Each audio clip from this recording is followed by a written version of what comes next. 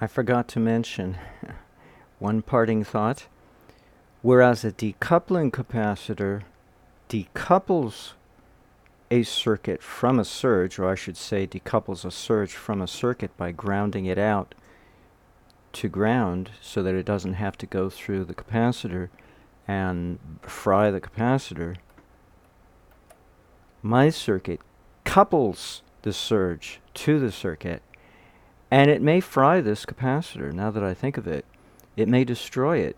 You may find yourself with a destroyed capacitor, like Paul Babcock kept frying transistors. So that's a whole nother problem in itself that the simulator can't tell me.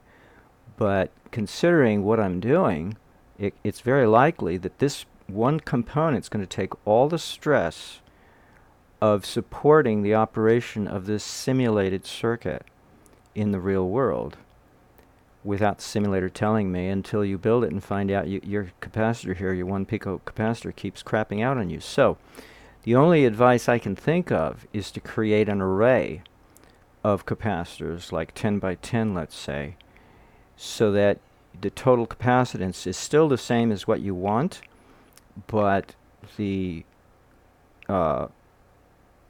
chance for failure has been reduced because you're not depending on just one component to fail you.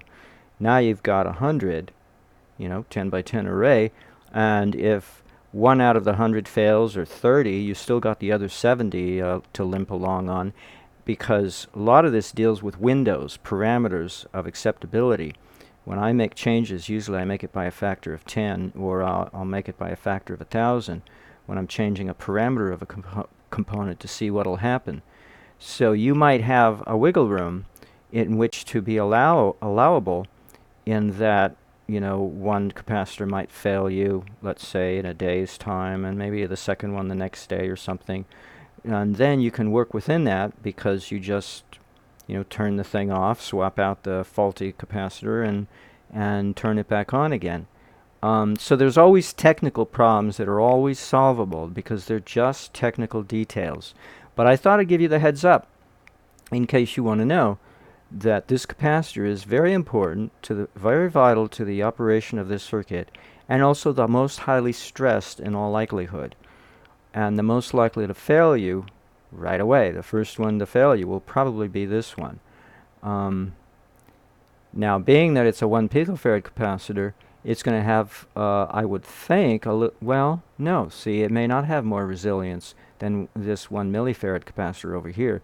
Just because this one has a thinner dielectric material doesn't mean it is less likely or more likely to fail. Quite the opposite, because you've got more square area in proportional relationship to how thick is the dielectric material.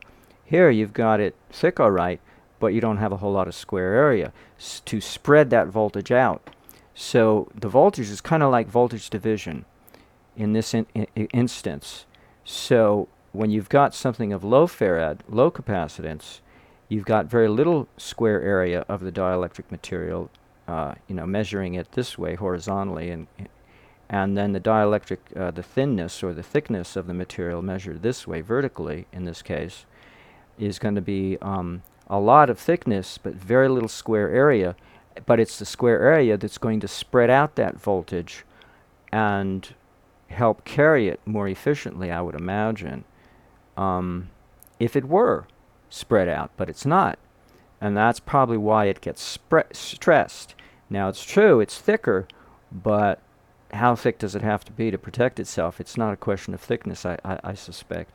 But I could be wrong. I don't know.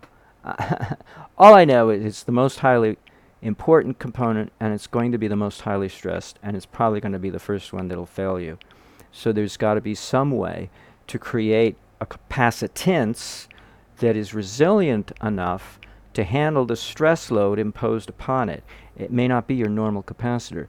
And I've seen an article on the internet. Somebody said, well, if you got to do something right, you got to do it yourself. When it comes to capacitors, you got to make your own from scratch. And that might have to be the case. Now, maybe a vacuum tube capacitor is better. Maybe it's not. Maybe it's worse. Maybe the wine bottle variety that Tesla used at Colorado Springs boxes and boxes of wine bottles. He called them condensers, of course. That's a fascinating route. There may be a reason why he went that route. Several reasons, no doubt.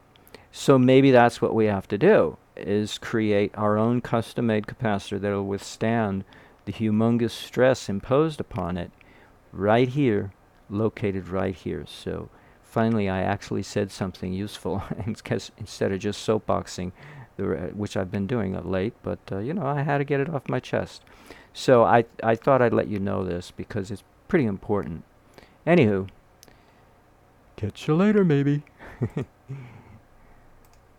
Happy trails to you. Okay.